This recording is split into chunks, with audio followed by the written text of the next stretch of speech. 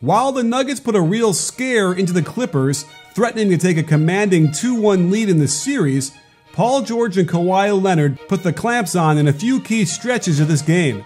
And while the usual suspects are getting all the headlines, let's look at what each team is relying on in their offense and who's got the better mode of attack.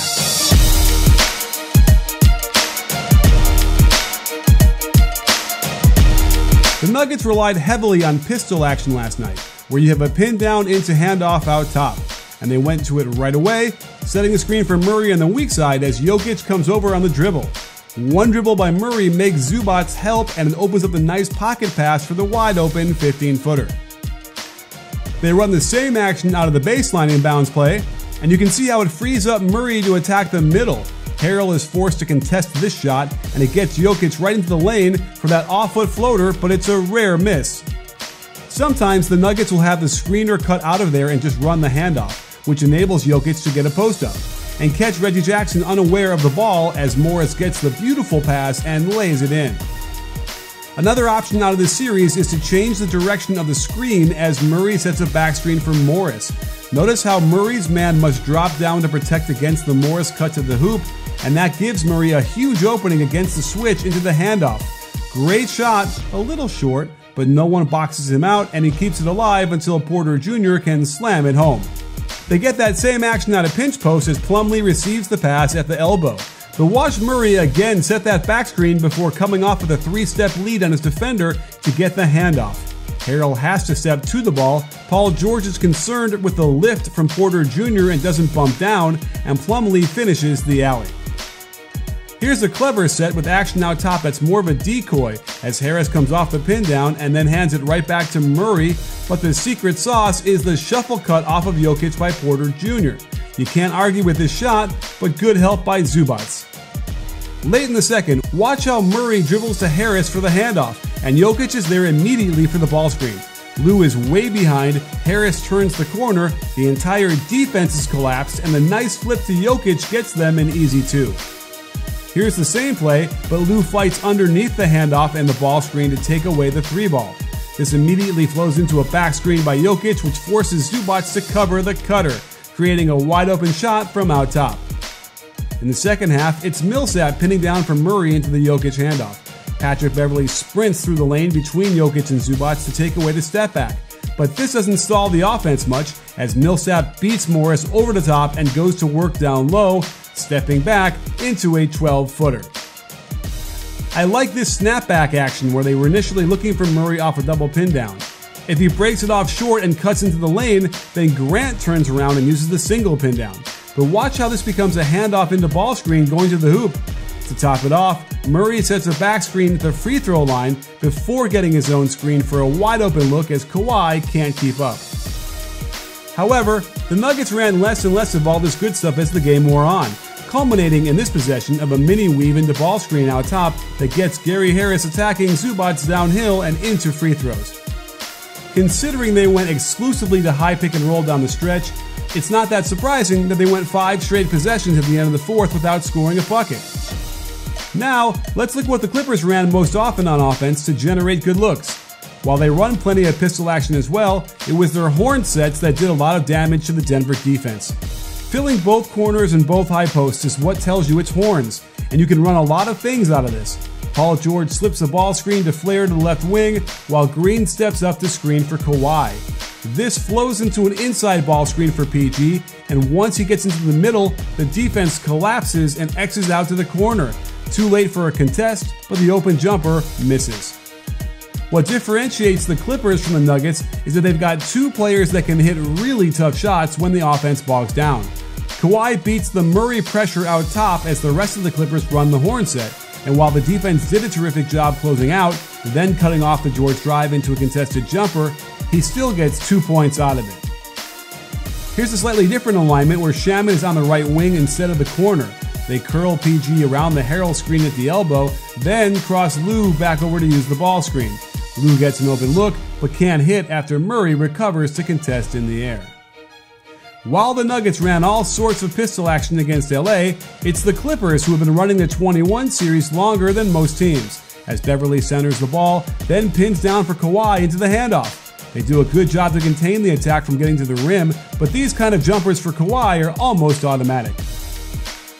And this might look familiar, as the Clippers run the same mini weave out top into ball screen, only this time it's for Kawhi Leonard. The skip pass forces scramble mode for the defense, and although I felt Beverley should have shot this open look, I don't blame him for being greedy and generating an even better shot for JaMychal Green. In the third, the Clippers turn Horns into a double ball screen out top to the right, and when Zubac rolls, it forces Harris to tag him, opening up the pass to Kawhi, who promptly gets to the elbow for another automatic jumper. The Clippers can interchange Kawhi and PG at the point guard position, and here it's George who forces the switch on the pick and roll, eventually hitting one of those tough shots I was telling you about. Kawhi can receive the ball at the elbow extended, and watch how George follows his pass to be the second ball screener across the top. This gets a switch with the smaller Harris having to guard Leonard, and he gets away with a foul on the reach, which ends up as a turnover. Lou Williams could run the point as well, putting George in the corner, and it's Williams who's the first screener, Zubac second, as Kawhi gets Jokic on him for a second, but reverses it because Lou got an opening. Another great drive and floater, but it just doesn't go down. I'm not sure if they got out of position on this one, since you would have expected Zubac to be on the left elbow to ball screen after the handoff, but it worked nonetheless, as Kawhi sees Millsap 2 steps off the lane line and slips the pocket pass to Zubac, who just smoshes all over Millsap at the rim for the and one, and the Clippers are on their way towards their win. This time, PG starts on the correct side so Kawhi can receive the handoff and go to his strong right hand off the ball screen. I like how quick Grant gets under the screen and back in position, but they just flip the screen, and while Grant recovers to get in front, it's at the cost of giving Kawhi a foul line jumper. Instead of a handoff to Kawhi, PG just passes it to him before looping all the way back around out top. The floor is now spread to allow George to create something, and his aggressive drive gets them 2 free throws. While the Clippers were trying to put a nail in the coffin, they put PG in one corner, Lou in the other, and let Kawhi bring it up in Horns. They run a double ball screen high and he gets a great shot, but Jokic is better with his defense, and it keeps the Nuggets' hopes alive. Let's go back to the beginning of crunch time to analyze what went wrong with the Nuggets' attack.